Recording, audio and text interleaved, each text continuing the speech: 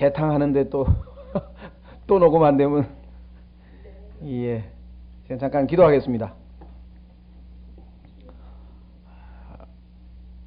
고마우신 아버지, 저희에게 하나님 자신을 알려주시기 위해서 계시의 말씀을 저에게 주셔서 저희로 그 말씀을 배우며 그 말씀을 통해 하나님을 알아가게 해주신 것을 인해서 진심으로 고맙고 감사합니다.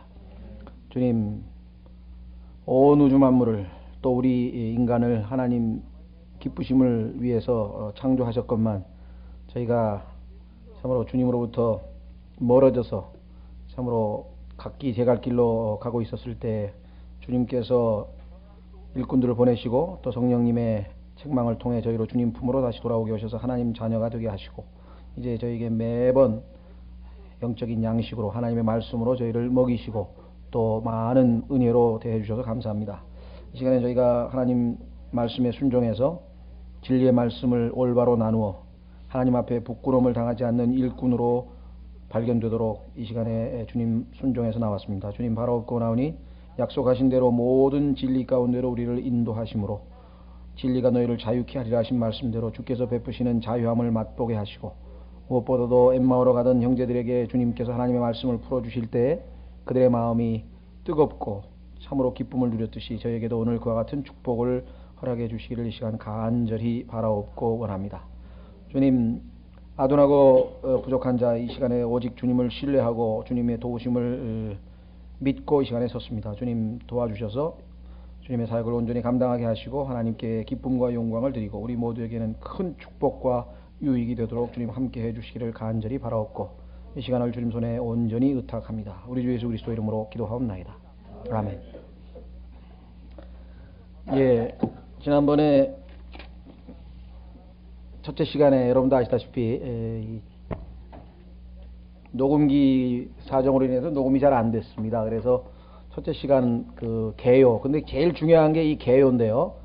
우리가 늘 말씀드렸습니다만은 숲을 보지 않고 이 나무 한두 개만 가지고서는 숲을 이해할 수 없죠.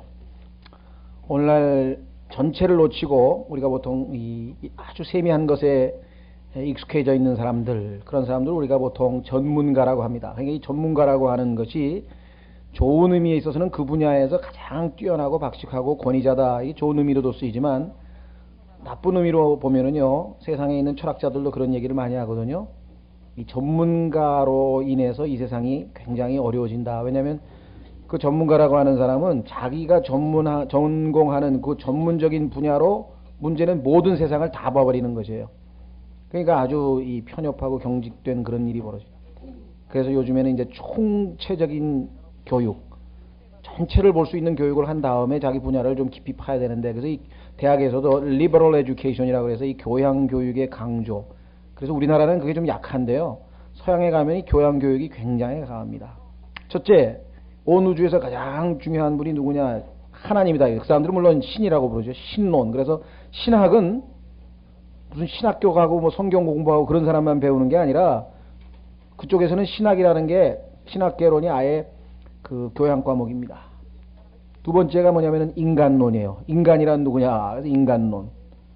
그 다음에 이제 자연세계니까 자연과학개론. 그런데 그 인간끼리의 관계, 그게 인문학이죠. 인간 스스로의 아주 고민, 심리학 뭐 이런 것. 그 다음에 인간과 인간과의 관계, 사회과학. 그 다음에 뭐 더 큰 집단으로서의 국가, 그래서 정치, 뭐 이런 게 전부 다 우리가 생각할 때는 전문 분야 같지만 그런 개론, 정말 이런 리버럴 에듀케이션을 쭉 한 다음에 자기 분야를 파고 들어가죠. 그래서 우리나라도 요즘에 그런 추세로 이제 이 뭐 전문 대학원을 만드는 이유가 그거예요. 그냥 들어가서부터 이 법 공부만 해가지고서는 뭐 고시 공부해가지고 달달달달 해가지고서는 뭐 검사 판사 된 사람이 무슨 전문 이런 교양 전반적인 어떤 그 인간에 대한 이해가 부족한 채 이 파고 들어가는 게 더 무섭기 때문에 4년 동안 충분하게 일반적인 걸 배운 사람이 이제 나중에 전문 대학원으로 가서 이제 뭐 의과대학도 마찬가지는 미국은요. 의과대학도 그렇고 치과대학도 그렇고 나중에는 사범대학도 그렇게 만든다. 우리나라도 지금 사범대학도 이제 4년제 일반 대학을 나온 사람이 사범 전문대학에 가서 대학원에 가서 이제 4년제로 해서 교사가 된다. 이런 것들이 이제 세계적인 추세인데 제가 이 얘기를 하는 얘기는 뭐냐면 성경도 마찬가지입니다. 이 개론도 중요하지만 성경 전체를 볼 수 있는 눈, 이걸 우리가 하나님의 경륜이라고 하는데요. 영원에서부터 영원까지 하나님께서 가지고 계신 그 마스터 플랜을 전체를 한번 들여다본 다음에 그 다음에 이제 좁혀서 하나님께서 구체적으로 어느 시기에 어떤 방식으로 인간과의 관계를, 인간을 딜링 어떻게 다루고 계신가, 이런 걸 이제 우리가 공부하는 걸 세대적 진리라든가 하나님 영원부터 영원까지 뭐 이런 타이틀로 저희가 제목으로 성경 공부를 쭉 많이 했었고, 오늘 공부하는 이 에스겔서도 에스겔서 전체에 대한 개요를 우리가 좀 알고 난 다음에 구체적으로 1장 1절부터 이제 한 구절 한 구절 이렇게 들어가야 될 것 같습니다. 그래서 우선 전체적으로 강론에 들어가기 전에 전체적인 일반적인 얘기를 좀 해야 될 터인데, 이 테이블 통해서만 성경 공부를 하실 수 있는 그런 처지에 계신 분들이 해외에도 계시고 지방에도 많이 계시기 때문에 지난번에 이 개요를 녹음을 못 해버려 가지고 조금 한 번 더 반복해서 들으실 분은 들으시고요. 지난번하고 똑같이 강의는 안 될 겁니다. 사람이니까 아무래도 개요 기본 틀은 같더라도 복습하는 셈 치고 첫째 시간은 에스겔서 전체의 개요를 한번 좀 말씀드린 다음에 둘째 시간부터 구체적인 1장 1절부터 공부를 하도록 그렇게 하겠습니다. 말씀드린 것처럼 에스겔서는 성경 전체에서 스가랴서 다음으로 어렵다 이런 평가를 많이 받는데, 왜냐하면 읽어보신 분들은 아시지만 이게 신비로운 내용들이 많이 들어가 있습니다. 그래서 보통 지혜서, 우리가 솔로몬의 아가라고 하는데 그 솔로몬의 아가 다음에 이제 이사야서, 예레미야서, 에스겔서, 여기까지 가면은 성경을 잘 아주 익숙한 사람들도 굉장히 이제 좀 혼동스러워지는 그런 아주 어려운 책들 중에 하나죠. 그래서 사람들이 잘 뭐라 그럴까요? 소홀히 대합니다. 그냥 에스겔이라고 하는 신비한 책이 있다더라, 뭐 이 정도지. 그리고 에스겔서 16장에 보니까 소돔의 죄악에 대해서 하나님께서 열거해 두셨더라. 에스겔서 28장에 가니까 두로 왕이라고 하는 사람이 마귀를 예표하고 있는데 어쩌다더라. 그 다음에 에스겔서 몇 장에 가니까, 그래서 그냥 특징 몇 개만 알 뿐 실질적으로 이 에스겔서를 체계적으로 공부하는 데는 제가 81년도에 구원받고 지금까지 제 자신도 한 번도 에스겔서를 1장 1절부터 계시록 마지막 48장 끝절까지 공부해 본 적이 한 번도 없어요. 그 정도로 이 성경에 익숙한 사람조차도 잘 안 손대는 책인데, 그러나 여러분도 아시다시피 하나님께서는 창세기 1장 1절부터 계시록 22장 21절까지 every word, 하나님의 입술에서 나오는 모든 말씀으로 살 것이다. 성경을 주신 목적이 우리로 하여금 perfect, 완전을 향해서 나아가도록 하신 거라면 이 에스겔서를 공부하지 않고서 그리스도인이 완전하게 될 수 있다는 말은 성립이 안 되는 거죠. 그래서 어렵지만 그럴수록 우리가 주님을 더 의지하고, 또 하나님의 약속은 성령, 진리의 영을 우리 가운데 보내셔서 우리 안에서 모든 진리 가운데로 인도하시겠다 이렇게 약속하셨기 때문에 그 약속을 우리가 신뢰하면서 이 시간 대하려고 합니다. 말씀드린 것처럼 이 이사야서를 에스겔서를 잘 공부 안 하는 이유 중에 하나는요, 이게 주로 이스라엘에 대한 내용이 많이 나오죠. 여러분 잘 아시죠? 읽다 보니까 전부 이스라엘에 대한 얘기, 1장서부터 24장까지가 이스라엘 민족에 대한 하나님의 심판, 그 다음에 25장서부터 32장까지가 주변 이방 민족들 7개국에 대한 하나님의 심판, 그 다음에 33장서부터 마지막 48장까지가 이스라엘의 회복. 그러면 전부 이거 이스라엘 얘기 아니냐? 그럼 신약교회 우리하고는 직접적인 연관이 없지 않느냐? 그렇죠? 예. 복음서나 서신서하고는 달리 직접적인 우리하고의 연관이 없기 때문에 잘 공부를 안 하려고 한다. 그리고 두 번째는요, 아까 말씀드린 것처럼 어렵다. 이게 가다가 보니까 잘 모르겠는 부분들이 많이 나오다 보니까 손은 잘 안 된다. 그러나 우리는 1장 3절 한번 보십시오. 에스겔서 1장 3절에 보면은 성경에 이렇게 표현된 부분이 여기밖에 없어요. 뭐라고 되어 있는 거 아니? 1장 3절 말씀해 보시면 이렇게 되어 있습니다. 갈대아 사람들의 땅에 있는 그발 강가에서 주의 말씀이 부시의 아들 제사장 에스겔에게 특별히 임하고, 자, 이 특별이라고 하는 단어는요, 영어로는 expressly라고 그랬는데요, 히브리서 1장에 가면은 예수 그리스도께서 하나님의 express image, 정확한 형상이라고, 거기는 이제 정확한이라고 번역을 했는데, express란 말은 여러분 아시다시피 뭐 특급이라고 하는 말도 쓰지만요, 우리가 표현하는 거잖아요. 그러니까 딱 보면 알아듣게끔. 그러니까 이 에스겔서라는 게 뭐 희미하게 이게 아니라 하나님께서 아주 명확하게 분명하게 특별하게 정확하게 말씀하신 내용이라고 하는 것이 여기 이 1장 3절의 이 도입 부분에 명백하게 나와 있습니다. 자, 이 에스겔서와 관련지어서 우리가 한 가지 짚고 넘어갈 것은 같은 시대에 사역했던 사람이 예레미야, 다니엘이에요. 순서가 어떻게 되어 있습니까? 보세요. 예레미야, 에스겔, 다니엘. 성경 순서도 그렇게 되어 있잖아요. 자, 예레미야가 제일 먼저 이스라엘 민족의, 유다 민족의 멸망에 대해서 아주 강력하게 이 선포를 했는데, 예레미야는 정말 뭐라 그럴까요? 이모셔널, 막 뜨거운 사람이에요. 그래가지고 막 복음을, 하나님 말씀을 뜨겁게 선포했는데 막 비방을 받았죠. 왜? 열심히 외국으로부터의 침략을 받아서 나라를 지켜보려고 애를 쓰고 있는 사람들한테 그 나라는 하나님이 보내신 나라니까 그 나라 왕에게 순종해서 70년 동안 포로로 끌려가서 종살이 하다가 돌아오는 게 하나님의 뜻이다. 이런 식으로 외쳤으니 그 당시 사람으로 볼 때는 정말 이거 우리나라로 지금 매국노 아닙니까? 아주 어려운 임무를 맡았죠. 그랬더니 욕을 속된 말로 바가지로 먹었을 거 아니에요. 그러니까 하나님 앞에 가서 항변하는 거예요. 하나님 시키는 대로 내가 열심히 전했는데 왜 나는 이렇게 욕만 먹습니까? 그래가지고 입을 딱 다물었어요. 그런데 마음에 하나님의 말씀이 불같아서 그냥 막 끌어올라서 도저히 못 참겠어서 다시 또 외치죠. 이런 그 열정적인 분이었던가 하면 에스겔이라고 하는 사람은 에레미야보다는 조금 늦게 이제 사역을 했는데 어디서 했냐면 포로로 끌려가서 그 포로가 된 지역에서 아직 예루살렘은 멸망하지 않았어요.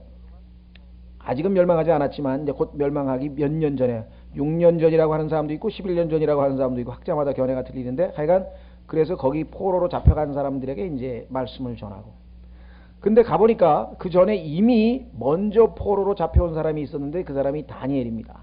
다니엘은 그 당시 이미 하나님의 뜻을 수행하고 있었죠. 총리로 부름을 받아서 유명인사가 되어 있었고 그래서 에스겔서에 보면은 하나님께서 이 다니엘에 대해서 두 번을 의로운 자라고 얘기했고 한 번을 현명한 자, 지혜로운 자라고 명칭을 붙여주는 것을 우리가 보게 됩니다. 그래서 이 세 선지자의, 이 세 예언자의 그 관계를 조금 우리가 한번 확인해 보았고요. 자, 그러면 여러분들 받은 프린트물을 통해서 에스겔서 전체적인 개요를 한번 좀 살펴보려고 합니다. 프린트물 받으셨죠? 보십시오. 킹제임 성경학교 에스겔서 강해에 보시면은요, 여기 에스겔 망명기 예언자 이렇게 되어 있는데 아시다시피 망명이라고 하는 말은 이제 뭐 망명이라고도 할 수도 있고요. 포로, 정확하게 하면 포로기가 되겠죠. 캡티비티니까.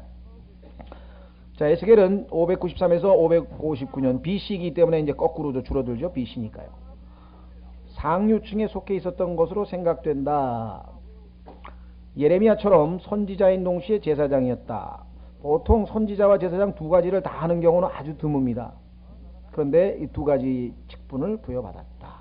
예수 그리스도는 선지자로 이 땅에 오셔서 십자가에서 돌아가셨고 지금 현재 대제사장으로 하늘에서 우리를 위하여 중보하고 계시고 그 다음에 여러분도 아시다시피 왕으로서 이제 또 오실 것입니다. 그래서 이 세 가지 직분을 다 차지하고 있는 사람 다윗, 모세 거의 몇 분 안 돼요. 예수님을 대표하고 있는 사람 중에서. 자, 그런데 이 두 가지네요. 상당히 중요한 직분. 그는 BC 597년 느부갓네살에 의해 바빌론의 창시자였죠. 왕국의 유다의 귀족들과 함께 바빌론으로 포로로 잡혀갔습니다. 성경의 역사서 열왕기화라든가 이런 데 보시면 기록이 되어 있으니까 그 뭐 성경을 확인하시면 되겠고요. 자, 바빌론에서 그의 집은 텔아비브에 있었는데 자, 집을 가지고 있었다. 이거 아주 중요한 사실입니다. 여러분 생각에는 집 없는 사람이 어디 있냐? 노숙자 빼고는 별로 없겠죠. 그러나 그 얘기가 아니고 임시 예를 들면 뭐 포로 수용소라든가 임시 뭐라 그러죠? 수용소 같은 데 살지 않고 아예 집을 딱 지어서 아니면 집을 사서 살았다. 그 얘기는 뭐냐면 하나님의 말씀을 믿었다 하고 연결이 되는 거예요. 왜냐? 당시에 예레미야가 선포하기를 하나님께서 너희를 70년 동안 포로가 되게 하실 터이니 가서 집 짓고 아들 딸 낳고 아주 오래오래 살아라. 70년이니까. 절대 하나님께서 일찍 돌아보지 않는다. 이랬는데 거짓 선지자들이 일어나서 예레미야를 비방하면서 저게 지금 저게 너희들 겁주려고 하는데 그럴 리가 있냐? 하나님은 자비로우신데 그럴 리가 있냐 하면서 곧 돌아온다고. 이 사람들은 지금 어떤 사람은 아마 짐도 안 풀어놓고 곧 고향으로 돌아갈 생각하고 있을지도 모른다고요. 그건 불순종한 사람이죠. 근데 하나님, 이 에스겔은 하나님이 예레미야를 통해서 하신 말씀을 정확하게 믿었기 때문에 70년 완전히 거기 이제 북박이로 나 죽을 때까지 여기 산다. 그런 각오로 지금 살고 있어서 집이 있다는 얘기 자체가 그냥 가벼운 얘기가 아니고 하나님에 순종하고 있다. 뿐만 아니라 그가 살고 있었던 도시는 바빌론 북쪽 100마일 그발 강가에 있었는데요. 8장 1절에 보면 이제 집에 거주했고 그 다음에 결혼도 했어요. 그 다음에 성경에 보니까 예루살렘이 마지막으로 포위되던 해에 아내가 죽은 사건이 성경에 기록되어 있는데 나중에 보면 아시지만 아내가 죽었는데 하나님께서 슬퍼하지 말라고 명령을 냅니다. 울지 말라고 명령을 내려서 그 말씀에 순종하는 장면이 나와요.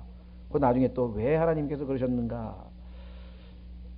자, 이건 에스겔서에만 한 겁니다. 또 뭐 부인 죽었는데 하나님이 울지 말라 그랬다고 안 우는 사람 아무 데서나 성경 따다가 자기에다가 그냥 갖다 껴가지고 붙이는 사람이 하도 많다 보니까 요즘에 주가 말씀하시노라 그러면서 또 돌아다니는 사람이 있어요.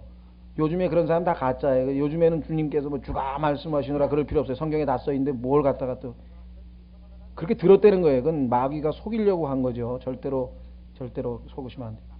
자, 에스겔의 교재로 가시면 13번에 걸친 환상과 예언들에는 정확한 날짜가 주어져 있습니다.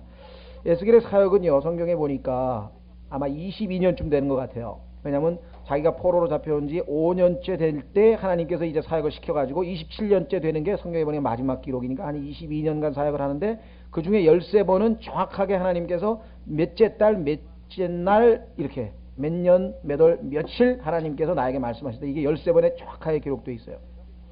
자, 그의 선지자로의 사역은 그가 망령지에 도착한 후 5년째 되던 해에 시작되었습니다. 이건 1장 2절에 나오고요. 그의 사역 1006년간은 포로된 자들에게 말씀을 전하였으며, 그렇죠? 같이 포로로 잡혀온 사람들에게 하나님 말씀을 전했는데 이때는 예루살렘이 아직 파괴되지 않았을 때입니다.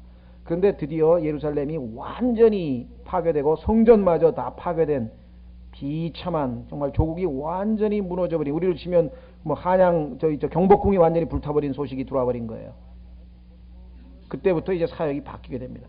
그 후 그는 망명지에서 태어난 세대들, 우리로 치면 이민 2세죠. 그렇죠? 저 LA로 이민 갔는데 거기서 태어난 아이들이잖아요. 그러면 이제 미국 문화밖에 모르잖아요. 그 사람들에게 한국 정신을 심어주려면 한국 말도 가르쳐야 되고 뭐 이런 게 있을 거 아니겠습니까? 네, 그런 것처럼 이제 그 책무를 맡았어요. 즉 이민 2세에게 조상들을 포로가 되게 만들었던 죄악들, 어쩌다가 우리가 타향살이를 하게 됐는지, 우리나라처럼 미국이 좋아서 LA로 이민 간 게 아니라 이거 완전히 끌려간 거예요. 강제로 끌려간 거거든요. 그러니까 어쩌다 그런 일이 벌어졌는지 그 죄악들의 내용을 상기시켜 주는 겁니다. 자, 뿐만 아니라 그의 환상들은 장기적인 것으로 역사적인 한 순간이 아니라 예언적인 의미를 포함하고 있어서 여전히 성취를 기다리고 있는 것들도 있습니다. 이때 하나님이 하신 약속 중에는 이스라엘 민족이 회복이 되어져서 전 세계의 제사장 국가로 탑 네이션, 최고 국가가 될 것을 예언했는데 지금 이스라엘이 전 세계 최고 국가는 아니죠. 미국도 있고 뭐 강대국이 많이 있잖아요. 그러나 곧 그것이 이루어질 것이 약속되어 있기 때문에 이스라엘 사람들 중에는 아직도 그 소망을 붙들고 지금도 있는 사람들이 많이 있죠. 그것을 펀더멘털리스트라고 하는데요. 성경을 문자 그대로 믿는 유대인들도 많이 있어요. 근본주의 그러면 우리 벌써 기분이 별로 안 좋죠. 왜? 이슬람 근본주의 그러면 아주 그건 속된 말로 막 골통 때리는 사람들이 이게 막 골수 문자 가지고 이게 문자 하나 꼼짝달싹 안 하는 사람이 이렇게 돼 있죠. 이스라엘도 마찬가지고 그리스도인들도 바깥에 일반적으로 그냥 교회를 슬슬 다니는 사람들이 입장에서 보면 저희가 근본주의자입니다. 이 사람들은 아주 극단주의자, 그냥 문자 하나 그대로 믿는 거예요. 예수님께서 구름 타고 내려오신다, 구름 타고 오신다 그대로 믿는 거예요. 빛이 있으라, 그래서 빛이 있었다 그대로 믿는 거예요. 성경에 써 있는 거 그대로 믿는 사람들, 교회를 다니는 사람들의 입장에서 봐서도 고개를 절레절레 흔드는 거예요. 그 사람들. 그런데 사실은 성경적 입장에서 보자면은 그 사람들은 불신이고 하나님 말씀을 안 믿는 거고 우리는 믿는 거고 그 차이예요. 하나님께서는 말씀하신 것을 믿으라 그랬지, 그 말씀하신 것이 무엇을 의미하는지 제멋대로 해석을 해가지고 그 의미를 자기가 따다가 갖다가 받아들인다? 전혀 그렇게 말씀하신 적이 없어요. 사람들이 물어봐요. 예를 들면 스페인에서 한 선교사가 복음을 전했어요. 근데 하도 복음을 전해도 이 가톨릭 사람들이 도대체 이 말씀을 잘 받아들이려고 하질 않는 거예요. 그래서 작전을 썼어요. 자극을 주기 위해서. 그래서 봉고차 앞에다가 복음을 전하는 지역마다 다니면서 예수께서 다시 오십니다. 그렇게 딱 붙여놨어요. 가톨릭 사람들이 딱 보더니 이게 무슨 뜻이요? 한번 읽어보시죠. 예수께서 다시 오십니다. 그대로입니다. 써있는 그대로. 나도 읽을 줄 알고 아는데 이게 무슨 뜻이냐고. 무슨 뜻이라뇨? 온다는 동사 모릅니까? 예수님이 승천하 하늘로 가신 건 사도행전에 써있는데 그 가신 모습 그대로 다시 온다 그랬으니까 구름 타고 다시 오신다. 그건 모르세요? 그건 아는데 무슨 뜻이냐니까. 무슨 뜻이냐니까. 무슨 뜻은 예수님이 오신다니까. 아무것도 아닌 것 같지만 이런 참으로 웃지 못할 일들이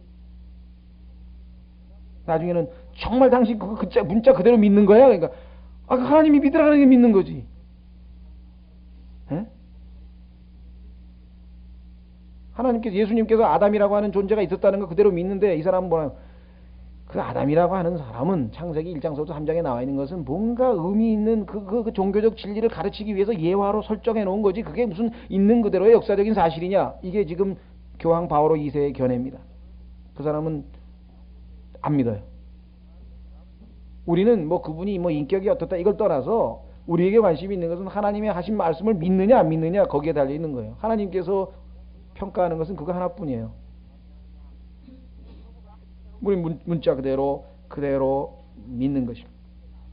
자, 그래서 앞으로 성취를 기다리고 있는 것도 그대로 이루어질 것이다. 하나님은 여태까지 800여 가지의 예언을 성경에 해놨는데 그 중에 무려 300여 가지가 그대로 이루어졌습니다. 그렇다면 나머지 500여 가지도 당연히 그대로 문자적으로 이루어진다. 근데 엉뚱한 일이 벌어지는 거예요. 자, 300여 가지는 지금 검증할 수 있어요. 역사를 쭉 추적해보면. 그거를 철저하게 한 사람이 누구냐? 이 미국의 루 월러스라고 하는 장군입니다. 이게 아마 남북전쟁 때 무슨 장군이었던가 봐요. 근데 상당히 인텔리어가지고 미국 사람들이 존경받는 사람인데 이 잉거솔이라고 하는 사람이 또 하나 있는데 그 사람도 미국에서 상당히 지성인 중에 지성인이에요. 근데 그 잉거솔이라고 하는 사람이 마음이 아주 뒤틀린 거예요. 왜? 성경을 읽어보니까 이게 말도 안 되고 뭐 무리를 걸어가고 뭐 3,000명을 뭐 어떻게 5,000명을 먹이고 막 이런 것 도대체 기적이라는 게 말이 안 되는데 자기가 보기에는 미국 사람들이 세계 최고의 국가의 국민들이 그걸 믿고 있다는 게 자기는 막 한심스러운 거예요. 그래서 루 월러스라고 하는 사람에게 당신이 지성인이고 명성이 있고 존경을 받는 사람이니까 당신이 성경이 가짜다, 이게 잘못됐다, 이건 오류다라고 하는 책만 하나 쓰면 우리 미국을 계몽시킬 수 있지 않겠냐, 미국 국민을. 당신이 그 책 한번 써보는 게 어떻겠냐. 이 사람이 억셉트 했어요. 좋다. 그래서 국민 끝에 성경이 틀렸다고 입증할 수 있는 것은 간단하다. 뭐 성경에 나와 있는 예언이 안 이루어졌다 그러면 끝나는 거 아니에요. 그렇잖아요. 그래서 성경의 예언을 이잡듯이 뒤지기 시작하는 거예요. 뭐 벨기에도 가고 뭐 바티칸에도 가고 막 전 세계 대형 박물관도 가고 박물관이란 박물관, 도서관이란 도서관 다 뒤져가지고 확인하는데 몇 번째 가서 무릎을 꿇었는지 모르겠지만 가다가 점점 두려움이 엄습해오는 거예요. 왜? 정확하게 다 이루어지고 있는데 예를 들면 예수 그리스도에 관한 예언들, 창세기 3장 15절에 여인의 씨, 여자가 어떻게 아기를 낳아요? 근데 아기를 낳았다 이게. 자, 그뿐만 아닙니까? 그 전 세계 뭐 200몇 개, 뭐 300개의 민족들이 있는데 국가들이 있는데 그 중에서 이스라엘이라는 민족에서 태어난다. 그다음에 그 이스라엘은 12지파가 있는데 유다 지파에서 태어난다. 그 유다 지파 중에 수많은 가문이 있는데 다윗 가문에서 태어난다. 그리고 다윗 가문에도 여러 도시들이 있는데 그 중에서 베들레헴에서 태어난다. 그리고 그든 죽을 때는 어떻게 죽고 48가지가 예수 그리스도라고 하는 한 인물에 대해서 예언이 되어 있는데 무려 2000년서부터 시작해가지고 700여 년의 전까지 쫙 그 48가지만 조사해봐도 끝나는 거예요. 왜? 그것이 확률적으로 무한대분의 1이에요. 10의 동그라미를 23개 친 것분의 1이라니까. 그게 확률적으로 다 맞아 우연히 일치되려면. 사람은 두려운 가운데 무릎을 꿇었어요. 그리고 하나님 앞에 얘기했어요. 제가 하나님께 도전하고 있다는 사실을 깨달았습니다. 저는 성경에 계시되어 있는 하나님을 믿겠습니다. 응? 하나님께서 인간에게 뭐라고 얘기하지 아세요? 인간이 잘할 수 있는 거 아니 하나님 보시기에 인간에게 하나님 인정하실 수 있는 게 딱 한 게 있어요. 인간은 완전한 게 하나도 없어요. 다 불완전한데 그나마 인간이 할 수 있는 것 중에 하나님 보시기에 완전하다고 인정할 만한 게 딱 한 가지가 있어요. 그게 뭔지 아세요? 수학이에요. 수학. 2 더하기 2는 하나님도 4고 인간도 4라고. 5 더하기 5는 하나님도 10이고 인간도 10이라고. 수학을 그 중에서도 확률. 자, 그래서 하나님께서는 너희가 잘하는 그 수학을 통해서 내가 하나님인 것을 입증해 보이겠다. 뭐 예언. 미리 얘기한 게 이루어질 확률을 너희가 계산해 보면 알 거 아니냐 이게. 그래서 여기 나와 있는 것처럼 이루어질 일들이 있다. 에스겔은 계속해서 그분의 백성에 대한 하나님의 다루심이 정당하다는 사실을 알리고자 했습니다. 왜 그런 줄 아세요? 불만에 가득 찬 사람들이 있어요. 하나님께서 뭐 심판하신다 그러니까 뭐 사랑하신다. 하나님은 사랑이시라 그러더니 왜 심판하시냐 그러고 말이죠. 하나님 하면서 이 아주 불평불만으로 가득 차 있는 이스라엘 사람들에게 너희는 하나님께서 그동안 심판 안 한 것만 해도 너무너무 자비로우시는 거니까 하면서 그것을 입증하기 위해서 그들의 죄악을 철저하게 파헤치는 일을 했다. 이게 참 쉬운 일이 아니죠. 쉬운 일이 아닙니다. 성령 충만하고 하나님이 역사하지 않으면 힘든 일인데요. 그 다음에 그래서 그들은 내가 하나님임을 알게 될 것이다 라는 표현이 70번이나 반복되고 있어요. 왜? 내가 하나님이라고 하는 것을 이미 알 법도 한데 여전히 마음으로 거부하려고 그래요. 하나님의 권위를 인정을 안 하려고 그래요. 계속 거부하는 거예요. 하나님께서 할 수 없이 자꾸만 더 다른 방법으로 하나님이라는 사실을 너희가 아무리 발버둥 쳐도 내가 하나님이라고 하는 사실을 전능한 하나님이라는 사실을 알려줄 수밖에 없다. 왜? 그때 너는 네가 누가라는 사실을 알 것이다. 요즘에 심리학 철학에 보면은요 인간은 누구인가 뭐 인간론도 하고요 나는 누구인가도 하고 뭐 하여간 온갖 자아 발견 자아 성찰 제일 비참한 사람이 누군지 아십니까? 이 현각 스님을 비롯해서 저 스님들이에요. 왜? 주관적으로 자기 자아를 계속 성찰해. 그걸 인트로스펙션이라고 그래요. 영어로 인트로. 그냥 안을 들여다보는 거야. 자꾸 안을 들여다봐 가지고 자기 자신을 발견한다? 못 발견해. 하나님 앞에 인간이 서 있을 때 그 객관적인 대상이 있을 때 인간이 자기가 누구인지를 아는 거거든요. 참으로 안타까운 사실. 하나님께서는 내가 하나님인 것을 네가 아는 순간 너는 내 자신을 알라라고 하는 소크라테스의 명제가 이루어진다. 여러분이 하나님 앞에 하나님을 그분은 하나님이다 하고 아는 순간에 두 가지가 딱 깨달아져요. 첫째, 그분은 창조주이시고 나는 피조물이다. 그걸 깨달은 사람은 이미 겸손해진 사람이고, 두 번째, 그분은 거룩하시고 의로우신 분인데 나는 추하고 더러운 죄인이다. 여기까지 깨달았으면 이제 한 걸음 더 간 것이에요. 세 번째, 그런데 그분이 나를 사랑하셔서 나를 대신해서 십자가에서 죄값을 다 치르셨다. 이게 복음이에요. 그리고 그분이 자기에게 나와 구원을 받으라고, 영생을 받으라고, 축복을 받으라고, 나와의 관계를 이제는 더 이상 거룩한 재판장과 이 불쌍한 죄인의 관계가 아니라 사랑하는 아버지와 아들과의 관계로, 신부와 신랑의 관계로 바꾸자. 이 위대하신 창조주의 초청을 거절하는 피조물, 그의 운명은 영원한 불못 이외에는 없습니다. 어디로 가겠어요? 하나님께서 뭘 어떻게 더 해주셔야 돼요? 다 이루었다. 십자가에서 다 해주셨다. 다 해주셨다. 자,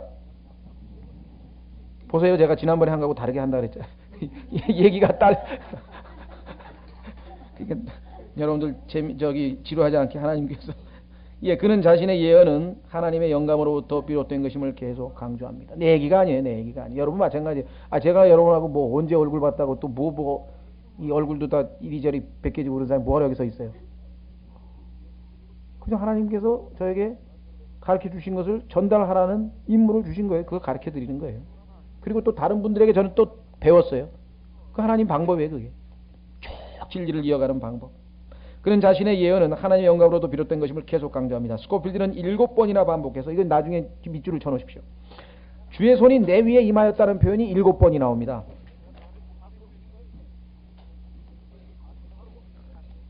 나중에 우리 성경 공부할 때 다른 성경 전체에서 주의 손이 내게 임하였다라고 하는 선지자가 5명밖에 없어요. 이건 아주 하나님으로부터 특별한 사람 중에 특별한 사람이에요. 그 수없이 많은 사람들 중에서 주의 손이 임하였다는 그런 특별한 은총을 받는 5명밖에 없는데 그 중에 하나가 에스겔인데, 근데 무려 7번이나 나와요, 에스겔서에는. 그래서 그 7번이 나오는 것이 에스겔서의 문단으로 딱 나눠져요. 구분이 딱딱딱 돼요. 자, 뿐만 아니라 그 다음에 세부 규정, 우리가 보통 A, B, C, 그 다음에 1, 2, 3 해가지고 이제 큰 덩어리로 딱딱 나눈 다음에 또 조그만 덩어리로 아주 더 자세하게 분류하자.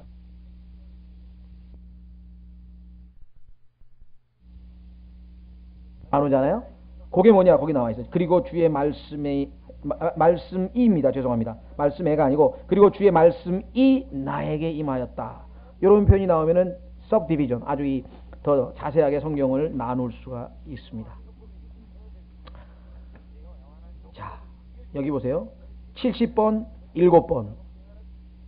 70번, 7번, 70년. 왜 자꾸 7이 나올까요? 여러분들, 7이라고 하는 단어, 이 7이라고 하는 단어는요, 히브리 말로 맹세한다는 단어예요. 그러니까 하나님께서 내가 맹세하노라 할 때 I 7도 그래요. 나는 7으로 하겠다. 이런 표현을 쓰는 거예요. 그러니까 여기 7이 반복돼 나왔다는 얘기는 아주 엄중한 하나님의 말씀, 하나님이 맹세할 정도면 이건 뭐 도저히 바꿀 수 없는 그런 엄청난 이야기입니다. 엄청난 이야기. 자, 그래서 계속합니다. 에스겔은 하나님의 메시지를 드라마로 표현하여 청중들의 관심을 사로잡아 그들의 상상력을 이끌어내려고 애를 썼습니다. 왜 그런 줄 아세요? 아무리 소리를 질러도 들은 척도 안 하는 거예요. 아무리 선지자가 나가서 외치고 들은 척도 안 하는 거예요. 저희도 아마 이제 모르겠어요. 이제 저희도 백화점 같은데 지금 이제 좀 날씨 풀리면 또 우리 애경 백화점 앞에 가서 하는데, 이제 그 영등포에서 막 하잖아요. 들은 척도 안 해요. 그래서 이제 어떻게 하냐? 예수 그리스도, 그러니까 최후의 심판, 마지막 심판하는 그림을 가지고 가서 이제 그림이라도 하나 걸어놓고 하면 그나마 지나가면서 그거라도 봐요.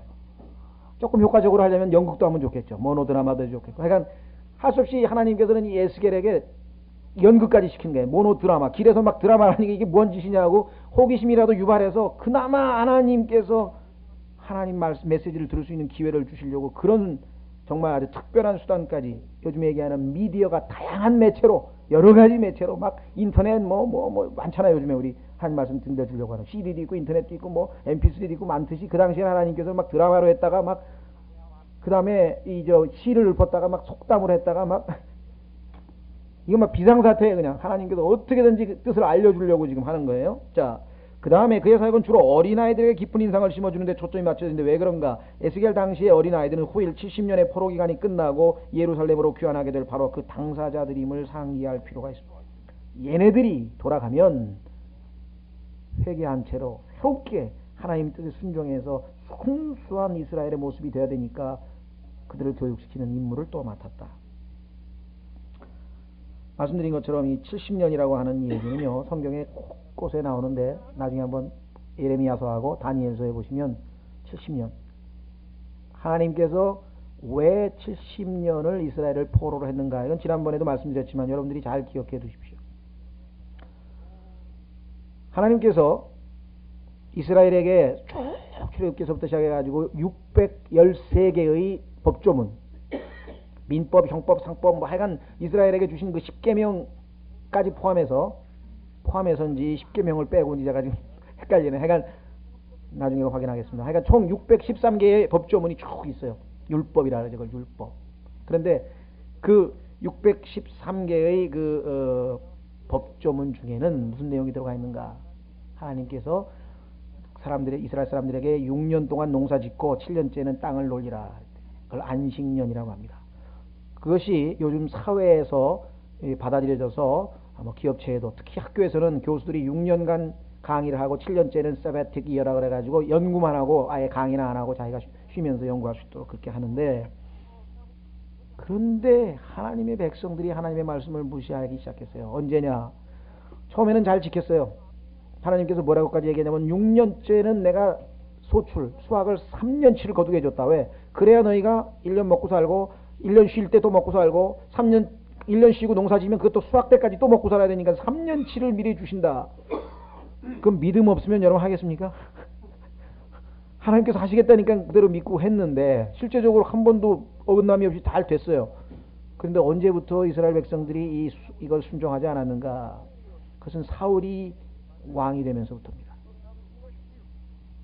왜냐?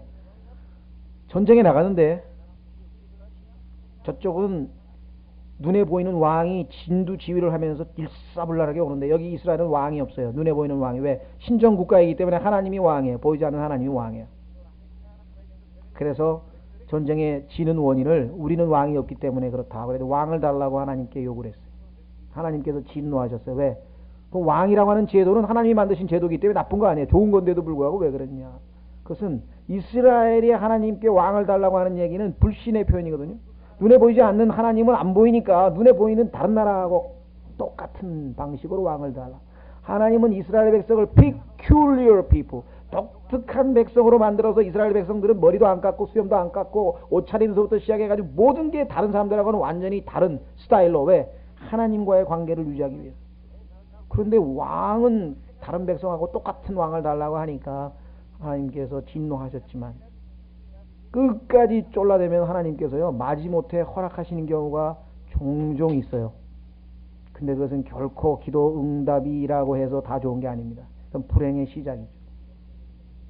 왜? 끝까지 졸르니까 할 수 없이 들어는 주지만 하나님께서는 그것이 가져올 파장을 미리 여러 번 얘기했는데도, 그래서 할 수 없이 사무엘을 불러가지고 자 너희가 원하니까 왕은 주는데, 문제는 왕이라고 하는 제도는 이러이러한 제도로서 너희에게 많은 세금 부담이 갈 거다.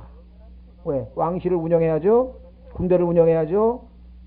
또 외국에서 사신 오면 뭐 파티도 해야죠. 그거 다 누가 돼? 국민이던데. 그건 네가 세금 내다 보면 모자라니까, 식량도 모자라고 돈이 모자라면 틀림없이 너는 어떤 짓을 하느냐? 7년째 농사 질 거다 이거야. 안 짓지 않고. 하나님께서 미리 경고를 했는데 이스라엘은 아니다 이거야. 괜찮다 이거야. 괜찮다 이거야. 그래서 그냥 하늘에서 하나님께서 진노의 천둥번개가 쳤어요. 이스라엘은 알았어요. 아, 이건 잘못이구나. 그걸 가르쳐 줬는데도 불구하고 하나님이 허락하셨어요. 그래서 아니나 다를까 사울이 왕이 되니까 자꾸, 그래서 결국 드디어 안식년 안 지켜? 그 다음에 뭐 더 모자랄 거 아니에요. 또 안 지켜?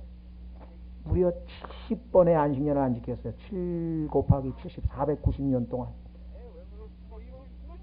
그런데 하나님 말씀을 하나 안 지키면서부터 눈에 보이는 거 아니에요. 그 먹는 거 관련된 건데 그것을 안 지키면 그 다음에는 다른 거는 볼 것도 없어요. 다 안 지키는 거예요. 그 다음에 막 율법이 어기는 거는 말할 것도 없고 뭐 우상 숭배도 하고 막 하늘의 여왕에다 절도 하고 막 완전히 그냥 하나님이 정말 더 이상 참을 수 없을 정도까지 딱 꽉 찼어요. 리미트가. 그래서 하나님께서 느부갓네살 왕을 보내셨어요. 치셨다. 그리고 하나님은 정확하신 분이에요. 너희가 70번의 안식년을 어겼으니 땅에게, 왜? 하나님 만드신 땅이 쉬어야 될 거 아니에요. 70년을 쉬게 하리라. 70년 동안 가요. 예수님께서는 그것을 염두에 두고 베드로가 내가 사람들이 나에게 뭐 잘못하면 내가 7번을 용서하리까, 예수님 말씀하시기를 70 times 7, 70번씩 7번. 그러니까 77이 490. 하나님께서는 이스라엘에 490년의 소행을 참았다는 거죠. 그게 사실 문자적인 얘기로 예수님이 하신 얘기예요. 그 역사적 배경을 두고. 자, 그래서 70년 얘기가 나왔습니다. 예루살렘으로 귀환하게 될 바로 그 당사자임을 상기할 필요가 있고요. 예스겔은 예레미야와 동시대 사람, 아까 말씀드렸습니다. 약간 후기 사람인데 예레미야가 예루살렘에서 주님의 사역을 펼치는 동안 에스겔은 망명지에서 그의 사역을 하시게 됩니다. 자, 역할 분담 기억하세요. 예레미야는 예레미야대로 할 일이 있고 에스겔은 에스겔대로 할 일이 있고 다니엘은 다니엘대로 할 일이 있거든요. 혹시 여러분들 가운데 왜 하나님께서 우리 킹잼 성경 진영은 왜 개혁 성경 쓰시는 분들에 대해서 우리가 알려는 주지만 받아들이고 안 받아들이고 우리가 신경 쓸 거 없어요. 안타까우면 기도만 하시고요. 또 그분들은 필요한 대로 하나님 쓰시는 거예요. 어쩔 수 없어요, 지금. 그러니까 우리는 우리 코스로 가는 거예요. 마이 코스로 가기 때문에 여기가 책은 내서 알려는 주지만 우리가 가서 뭐 설득을 하고 왜 답답한데 이게 빠졌는데 왜 그래? 뭐 초반에는 그냥 그거 하는데 엄청 시간을 보냈는데 알고 보니까 아, 이게 하나님 방법이 아니구나. 하나님이 다 알아서 역사하실 텐데 그렇잖아요. 누가 뭐 나한테 와가지고 보여주고 따지고 그렇게 해서 내가 한 거 아니거든요. 하나님 내 마음에 주님의 말씀을 사랑하면 이렇게 해서 다 기회를 제공하셔서 하시니까 최선을 다해서 하되 그 뭐 설득하고 막 그렇게 할 필요는 없다. 자, 그래서 이 비록 포로의 신분이지만 얼마든지 하나님의 일을 할 수 있습니다. 에스겔 보세요. 상황과 상관없이 하나님께 얼마든지 봉사할 수 있습니다. 킹샘성경은 뭐 폭이 좋고 뭐 이런 거 이 상황에서도 비록 우리가 숫자도 좋고 뭐 제약은 많이 있지만 얼마든지 하나님이 일을 할 수 있습니다. 자, 넘어가셔서 두 번째 에스겔서 분석을 보시면 전체적인 이제 숲을 봅니다. 아까 말씀드린 것처럼 그런 우를 범하지 마세요. 어떤 사람이 대한민국에 어디 갔다 왔냐니까 서울에 갔다 왔다 이게. 서울에 갔더니 어떻지 그러니까 완전히 맞췄누나 이게 맞췄누 그냥. 근데 옆에 있던 사람이 거짓말하지 마. 나도 서울 갔다 왔는데 이게 완전 초가집이던데, 완전히 그 슬럼가하고 비슷하던데. 한 사람은 강남만 보고 한 사람은 강북에 저 정릉에 어디 뭐 재개발도 안 된 아주 막 이 판자촌인 그런 데를 보고 온 거예요. 둘 다 맞는 얘기를 했지만 결국은 전체를 못 본 것이죠. 그렇죠? 그래서 우리도 에스겔서 볼 때도 우선 전체적인 그 개요를 머릿속에 늘 염두에 두시고 나누어 드린 그림, 그 지도는 지금 시간이 없기 때문에 여러분들이 늘 가지고 다니면서 전체적으로 어떻게 지금 돌아가고 지금 내가 몇 장에서 어느 지점에 와 있고 이걸 늘 염두에 두시면서 성경 공부를 하시면 되겠습니다. 자, 보십시오. 에스겔서는 세 부분으로 구분됩니다. 아주 중요합니다. 에스겔 선지자는 예루살렘 멸망 전에 포로가 된 사람들에게, 백성들에게 말씀을 전했고, 예루살렘이 멸망하던 그 당시, 즉 예루살렘이 포위가 돼서 멸망하던 그 당시에는 이스라엘 주변 이방 국가들에 대해서 예언을 했는데 7개 민족입니다. 뒤에 나오는. 그 후 그는 다시 초점을 자신의 백성에게로 돌려 유다의 몰락한 백성들, 즉 포로가 된 자들에게 영광스러운 회복이 기다리고 아니고 기다리고 있음을 예언. 참으로 우리에게도 동일한 소망이 있는데요. 자, 첫째 보시면 유다의 몰락은 1장서부터 24장까지입니다. 이 예언의 내용을 보면 예레미야에 나와 있는 예언보다 훨씬 강력하고 심판도 훨씬 엄중해요. 이 에스겔은요, 예레미야처럼 막 열정적이고 막 감정적이고 이런 사람이 아니고 어떻게 보면 막 굉장히 냉철한 사람이에요. 하나님께서 이 부인이 죽었는데 울지 말라니까 안 울잖아요. 그 웬만한 사람이 할 수 있겠어요? 아주 뭐랄까 아주. 그래서 성경에 보니까 하나님께서 이 에스겔을 strengthens, 힘을 주셨다. 에스겔이라고 하는 단어 자체의 의미가 뭐냐면요, God is my strength, 하나님은 나의 힘이시다, 이런 뜻이고요. 또 조금 다른 각도에서 해석하면 strengthened by God, 하나님에 의해서 힘을 얻은, 이런 히브리어의 의미를 가지고 있습니다. 그 성경에 보니까 하나님께서 그 어마어마한 책무를 감당하기 위해서, 소위 말하면 이제 요즘 군대로 치면 맞아 특전사의 특수부대 특수임무를 맡았기 때문에 막 강훈련을 시켜가지고 막 며칠 굶어도 끄떡도 없이 막 이런 강훈련을 받은 사람이에요, 이 에스겔은. 그래서 얼굴을 부싯돌같이 아주 다이아몬드보다 더 강하게 해가지고 누가 뭐라 그래도 끄떡도 없이. 누가 복음해 보니까 예수 그리스도께서 십자가를 향해서 나아가고자 딱 결단을 내리고 가는 그 모습이 똑같아요. 얼굴을 부싯돌처럼 강하게 했다. 예수님하고 동일한 표현이 나옵니다. 아주 강인한 그런 전사의 모습이 바로 이 에스겔인데요. 자, 그래서 1장서부터 3장까지는 심판이 결정됐다는 사실을 선언하고 입증을 시키고, 그 다음에 선언을 한 다음에 왜 그런지 그 요구사항이, 심판이 요구되는 이유가 뭐냐, 얼마만큼 타락했느냐를 보여주고, 드디어 명령이 떨어지고, 그 다음에 그 결과는 지극히 당연하다, 이게 합당한 벌을 받았다, 보응을 받았다. 이게 지금 앞부분의 선언입니다. 우리가 주목해야 될 것은 여기 나와 있는 사건 기록은 연대기적으로 기록되지 않았다. 예를 들면은 몇 년에 일어났고 그다음에 기록 순서가 연대기적으로 되어 있는 게 아니라 논리적인 순서로 되어 있다는 것 좀 기억해 두시고요. 사복음서도 마찬가지입니다. 사복음서 전체도 교리적인 순서로 되어 있는 책이 있기 때문에 앞뒤 사건이 어느 게 먼저인지 사복음서마다 다 틀려요. 그렇죠? 시간 순서대로 기록하지 않았다고 하는 것 꼭 기억하십시오. 우리는 항상 생각에 예를 들면 1999년 다음에 2000년, 2001년 뭐 이렇게 사건이 그런 식으로 전개가 되었던 것처럼 생각하죠. 하나님께서는요, 그렇게도 기록해 놓은 것도 있고 그렇게 안 하고 주제별로, 교리별로 해 놓은 것도 있어요. 그런데 놀라운 사실은 현대의 시나 소설이 성경의 기법을 갖다 쓰는 거예요. 그래서 고전적인 사고 방식을 가지고 있는 사람은 현대 소설을 읽으면 이해를 못해요. 왜? 사건이 시간 순서대로는 줄 알고 자기로 나갔는데 알고 보니까 막 앞뒤가 안 맞고 막 나중에 알고 보니까 이거는 뭐 죽었던 얘기고 뭐 자기 조상 때 얘기고 막 심지어는 어떤 일이 벌어진 줄 아세요? 한참 가다가 막 얘기가 이상하게 이게 무슨 소린가 하고 보니까 죽은 자기 어머니하고 무덤 속에 있는 어머니하고 대화하는 얘기가 또 나와버린다. 그걸 어떻게 단서를 잡느냐 있어요. 표시가 다 돼 있어요. 성경도 그렇게 찾아내는 거예요. 보면은 따옴표를 2개를 하면 요거는 죽은 사람과의 대화하고 1개를 하면 산 사람과의 대화하고 그런 게 다 기호로 숨겨져 있어요. 그거를 딱 풀면 도식적으로 요건 죽었던 얘기고 요거는 뭐 살았던 얘기고 이거는 뭐 과거 얘기고 근데 막 그걸 뒤섞어 놔가지고요. 그거를 맞추는 재미로 읽는 거예요. 근데 전통적인 거 읽어도 복잡하죠. 우리는 안 읽으려고 그러죠, 사실. 그러나 문학하는 사람은 그게 재미있는 거예요. 꽤 맞추고 막 하고.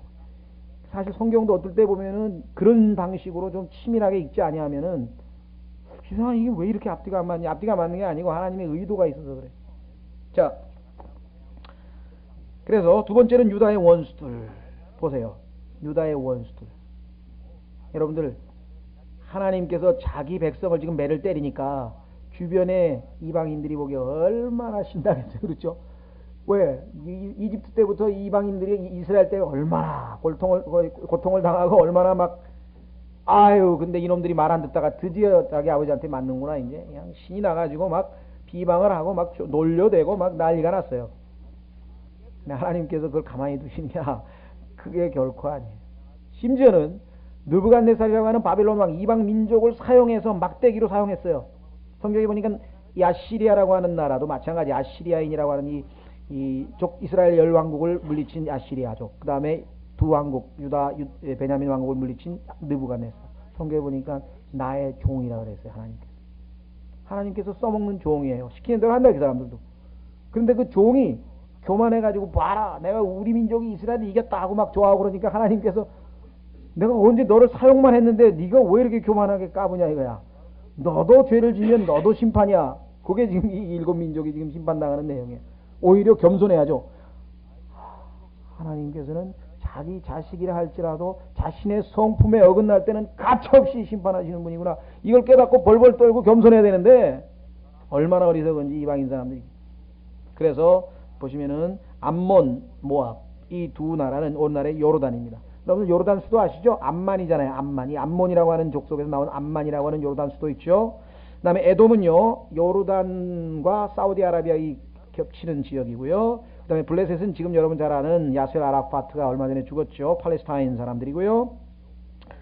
그러니까 이 팔레스타인하고는요 성경에 보면 아주 오랜 수건이죠. 그 다음에 두로하고 시돈은 오늘날의 레바논입니다. 그런데 이 두로는 나중에 보세요. 암몬, 모압, 에돔, 블레셋은요 심판이 짧죠. 1장에서 17절, 그 다음에 뭐 8절에서 11절. 그러니까 뭐 짤막짤막하게 나가다가 두로에 가면은 26장 1절에서 28장 19절이 나와요. 왜 그럴까요? 두로는 단지 두로의 왕, 당시에 살았던 역사적인 왕일 뿐만 아니라 그 왕이 얼마나 하나님 앞에 악한 행동을 했는지 마귀를 예표하는 인물로 딱 뽑혔단 말이에요. 그래서 두로 왕이라고 쭉 읽어보니까 도저히 두로 왕이 아니야. 역사적 인물이 될 수가 없어. 왜? 하나님의 뭐 에덴에서 너는 걸었도다 막 이런 얘기 나오잖아요. 그거는 두로 왕이 예표하고 있는 어떤 인물에 대한 얘기지 결코 두로 왕이 될 수 없죠. 그렇죠? 예. 그래서 그 마귀 에스겔서 특히 28장에 보면은 자세하게 나오죠. 그 다음에 시돈 역시 레바논에 있는 도시고요. 그 다음에 이집트. 자, 이집트도 보니까 29장에서 32장은 29, 30, 30, 32 4장에 걸쳐서 왜 그랬을까요? 이집트의 파라오는 누굴 예표합니까? 사탄을 예표합니다. 사탄. 이집트의 바로 파라오는 사탄을 예표하는 인물이기 때문에 하나님께서 일곱 번째 국가, 여기 지금 이제 유다 이제 원수들 중에 일곱 번째 이방 민족이 이집트에 대해서는 하나님께서 일곱 번에 걸쳐서 메시지를 선포하는데요. 나중에 여기 읽어보시면요 참 재미있는 얘기가 나와요. 그 중에 하나가 뭐냐면 마귀는 이 세디스트라고 하는 말은 남을 괴롭혀서 쾌감을 얻는 사람을 우리 세디스트라고 그러죠.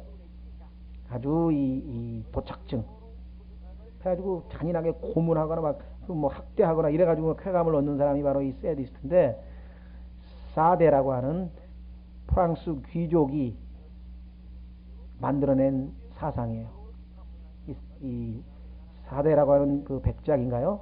후작인가? 사데 후작이라고 하는 이 프랑스 귀족 중에 한 사람은 어떤 생각을 했냐면, 있는 그대로 자연이 선한 것이다. 요즘에 보면 그런 거 있잖아요. 있는 그대로 자연이 좋다 뭐 이런 사람 있잖아요.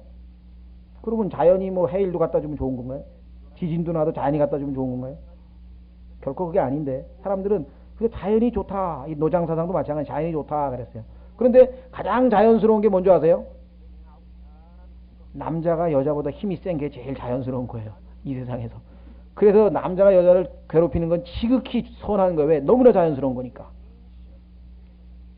그래서 그 사람 이름을 따서 세드임이라고 하는 이름이나 사데라고 하는 귀족에서 이름이 나온 거예요. 그러니요, 하나님의 진리로 자유함을 얻지 못한 사람은요, 이게 하나님께서 이 머리를 마인드가 삐뚤어져 버리는 어리석은 마인드가 된다고 성경에 말씀하시는 그런 사상을 만들어낸 거예요. 그런데 알고 보니까 그게 마귀로부터 왔다는 게, 그 사람이 생각할 때 마귀의 영이 작동했다는 걸 어떻게 알 수 있는가? 성경에 보니까 이 세디스트가 바로 이 마귀다. 언제? 지옥에 가보니까 지옥불이 있는데 가니까 사람들이 막 고통스러워가지고 왜? 화상 입은 거 보셨죠? 이 온 몸이 그냥 막 엄청난 뜨거운 물에 지금 막 타고 나니까 막 비명 소리가 들리고 그냥 막 정말 생지옥이 거기죠. 그러면서 그때 위안을 얻는다고 성경이 있어요. 왜? 이 사람이 기쁨을 하는 게 하나도 없어. 자기도 거기에 가 있어. 지금 자기도 거기에 가 있는데 하나 그 사람을 위로하는 게 뭐냐? 내 작품이다. 이게 다 여기 왔다 이거야 지금. 얼마나 내가 얼마나 큰 일을, 위대한 일을 했는가. 그 위안을 얻고 있다고 성경에 썼어요. 남이 고통받는 것을 보고 위안을 얻는 자. 자라투스트라는 이렇게 말하였다.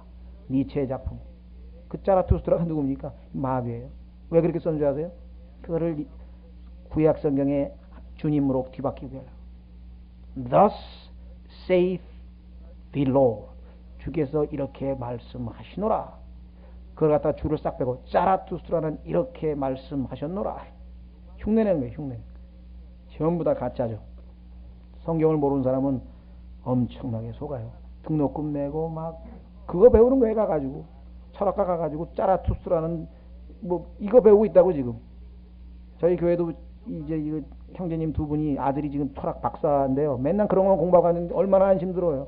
그분들은 아마 한심스러운 거 잘 모를 거야. 철학 공부한다니까 좋은 거 공부한다고 생각할지 모르지만, 성경을 알고 내가 철학을 공부해 본 사람인데 완전 가비치만 쓰레기, 완전 쓰레기. 쓰레기뿐만 아니라 하나님을 대적하는 데 가장 효용이 있게 쓰이는, 정말 하나님 앞에 가장 대적하는 그런 것 중에 하나가 바로 이 철학이에요. 성경의 철학에 대해서 경계하라고 말씀한 이유가 그거죠. 자, 마지막 세 번째, 유다의 미래. 여기 보시면 33장에 48장 예루살렘 몰락 이후의 예언들. 비록 원수들이 있다 하더라도 결코 하나님의 뜻을 완전히 무너뜨릴 수는 없다. 그래서 이스라엘 국가의 모든 문제들이 제거되고 지파들이 다시 모이게 되고 성전이 재건되고 국가의 칭호가 뭔지 아세요? 주께서 거기 계시다 라고 하는 엄청난 이름을 회복하게 됩니다. 이 내용이 로마서 9장 11장, 아마 로마서 우리 공부하면서 하나님의 경륜 전체 로마서 9장 11장 공부하면서, 자, 결론을 내립니다. 에스겔서의 예언은 환상들과 표적들과 직접적 예언들로 이루어졌으며, 그는 또한 비유, 시, 그리고 속담들을 사용해서 하나님의 메시지를 전달했습니다. 그러다 보니까 아무래도 자꾸 어렵다고 느껴지겠지만 하나님께서 가르쳐주는 거기까지만 우리 공부하면 됩니다. 또 뭐 하나님께서 한 5, 6년 있다가 우리가 다시 공부하게 될 때 더 많은 것을 계시해 주실 수도 있는 거니까 우리가 하나님이 알려주시는 만큼만 공부할 수 있습니다. 자, 이 모든 수단들을 동원해서 결국은 하나님께서는 자신의 백성에 대한 구원 계획을 결코 포기하지 아니하시고 완수하고 계신다라고 하는 것을 이 에스겔을 통해서 우리에게 보여주고 계시죠. 자, 그래서 우리는 이제 이 에스겔서 1장 1절에만 잠깐 좀 보완하고 쉬었다가 2절서부터 보겠습니다. 보완할 것 중에 하나는요, 아까 말씀드린 것처럼 에스겔의 이름이 의미하는 바 잘 기억을 해 두시고, 자, 한 가지 더 지적하고 싶은 것은 에스겔을 하나님께서 무려 100번에 걸쳐서 인자, 옛날 성경에는 Son of Man, 사람의 아들이라고 하는 칭호로 불렀어요. 어떤 사람은 이거를 오해해서 그러면 신약 성경에 보니까 예수 그리스도께서 자신을 두고 이 인자라고 여러 번 했죠. 사람의 아들이라는 표현을 많이 썼단 말이에요. 예수님에 대해서 88번이 나옵니다. 복음서에서. 근데 86번은 예수님이 자기 자신을 두고 사람의 아들이라고 자칭 말씀하신 것이고, 2번은 다른 사람들이 예수님에 대해서 얘기한 거다. 뭔가 관계가 없지는 않겠죠. 그렇죠? 차이점 뭐냐? 우리말로는 구분이 안 돼. 영어에는 정관사가 있어요. 예수 그리스도 앞에는 The Son of Man. 그러나 에스겔은 그냥 Son of Man이에요. 차이는 뭐냐? Son of Man. 너는 인간이다. 하나님. 너는 아담의 후손이다. 너는 나약한 자다. 너는 참으로 하다 것 없는 존재다. 그래서 그 에스겔에게 하나님께서 하나님과 구별시키기 위해서 하나님을 예표하는 몇몇 인물들, 그게 뭐냐면 여기 이제 그룹들이 나와요. 그죠? 아주 이상하게 생긴 그런 모습들을 한 그 그룹들이 나온단 말이에요. 그래서 에스겔에게 항상 내 위치, 네가 누구냐? 사람의 아들이다. 아주 나약한 사람의 아들이다. 그걸 늘 상기시켜 주시는 것. 그래서 하나님을 의지해서 God strengthens me. 하나님이 나를 힘 주시는구나. 그래서 is my strength. God is my strength. 내가 도울 테니까, 내가 너를 힘 줄 테니까 사역을 수행하라. 이렇게 지금 얘기하는 것이고, 예수 그리스도께서 인자라고 하는 것은요, 인간 인류 전체의 첫 번째 조상이 아담인데, 이 아담이 실패해서 이 아담이 하나님 앞에 영원한 멸망의 대상이 됐는데, 예수 그리스도께서 the last Adam, 마지막 아담으로 이 땅에 오셨다. 고린도전서 15장에 나오죠. 그 얘기는 뭐예요? 아담서부터 모든 아담의 후손, 그게 몇백억인지 잘 몰라요. 개체, 인디비주얼은 몇백억이나 되는지 잘 모르지만 하여간 아담서부터 시작해가지고 이 땅에 인간으로 태어난 모든 그러한 존재들의 마지막 아담으로 오셨다. 어떤 사람은 그러면 예수님 이후에 태어난 사람도 많은데요. 그렇죠. 그러나 하나님께서는 그 전체를 총괄해가지고 마지막 아담으로 그 아담을 대표했는데, 하나님 앞에 아담은 뭐예요? 심판받을 대상이었어요.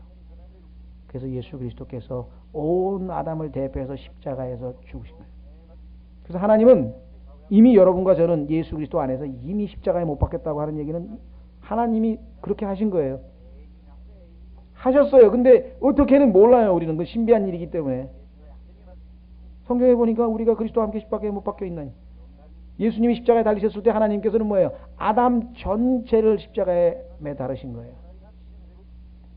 그리고 예수 그리스도께서 장사되시고 죽으신 다음에 장사되시고, 그 다음에 성경에 보니까 땅의 아랫부분, 더 아랫부분, lower parts of the earth, 땅의 더 아랫부분, 지옥에, the heart of the earth, 땅의 심장부, 지옥에 가셔서 3일낮 3일밤을 죄값을, 우리의 죄값을 다 청산하고 그분의 임무를 다 마치고, 이 지하에서 예수님이 하신 일을 또 강의하려면 이거 몇 시간이 걸릴 텐데 나중에 하시고요. 그 다음에 부활하신 다음에 40일 동안 계시다가 이것도 왜 40일이 있었는가, 하여간 또 임무를 마치시고 승천하셨죠. 그렇죠? 네. 그 부활하시는 순간 성경에 보니까 예수님의 두 번째 이름이 나타나는데 The Second Man, 둘째 사람. 무슨 소리예요? 아담은 First Man. 왜? 첫 번째 인류의 대표예요. 이 집합명사예요. 예수님은 둘째 인류, 거듭나서 예수 그리스도로부터 영원한 생명을 받은 두 번째 인류의 대표, The Second Man. 그러니까 우리는 막 수십억 인구가 있는 것 같지만요, 하나님이 보시니까 두 사람밖에 없어요. 대표만 나와, 대표만. 첫째 사람 안에 있으면 멸망. 왜? 하나님이 십자가에서 선언했던 십자가 심판해버렸다. 어떤 사람은 저는 비록 첫째 사람 안에 있지만 둘째 사람 안에 있는 거듭난 저 사람보다 훨씬 더 착하게 살았는데요. 맞아. 인정하는 거예요, 하나님께서. 그렇죠? 예수 그리스도 믿는 사람보다 착하게 사는 사람이 없습니까? 많아요. 인정하는 거예요. 그러나 하나님께서는 그러나 그 너의 그 착하게 살았던 그 의인은 하나님 보시기에는 다 더러운 걸레 같다. 그러면 이 사람은 행실은 너보다 못하지만 나는 이 사람을 볼 때 뭘 봐요? 예수 그리스도 안에 있기 때문에, 둘째 사람 안에 있기 때문에 예수 그리스도로 옷 입은 것으로 보는 거예요. 둘째 사람 안에 들어가 있는 사람은요, 그 사람의 행동이 뭐 예수님 믿고 나서 이랬건 저랬건 그건 나중 문제예요. 그건 나중에 이제 상 받고 안 받고 문제지만, 하나님께서 하늘나라로 보내냐, 하나님과 함께 같이 있으냐, 아니면 지옥에 있을 것이냐는 뭘로 판정이 되느냐? 예수 그리스도 안에 있으면 그분 때문에 그 안에 있는 사람 다 같이 가는 거예요. 그래서 하나님께서 나를 바라볼 때 나로 안 봐요. 예수 그리스도로 옷 입은 모습으로 보기 때문에 100% perfect. 그걸 믿기 때문에 제가 기도할 때 담대하게 나아가는 거예요. 어제 나의 모습을 가지고 하루하루 오늘 나의 모습을 가지고 어떻게 하나님 앞에 나가요? 그 거룩하신 하나님 앞에 못 나간다고. 그러나 나는 믿음이 되게 예수 그리스도로 옷 입고 언제든지 하나님 앞에 나아갈 수 있고. 자, 그래서 이 Son of Man이라고 하는 이 명칭을 여러분들이 꼭 기억을 해 두시기를 바랍니다. 예, 그러면 쉬었다가 이제 1장 1절서부터 공부하도록 하겠습니다.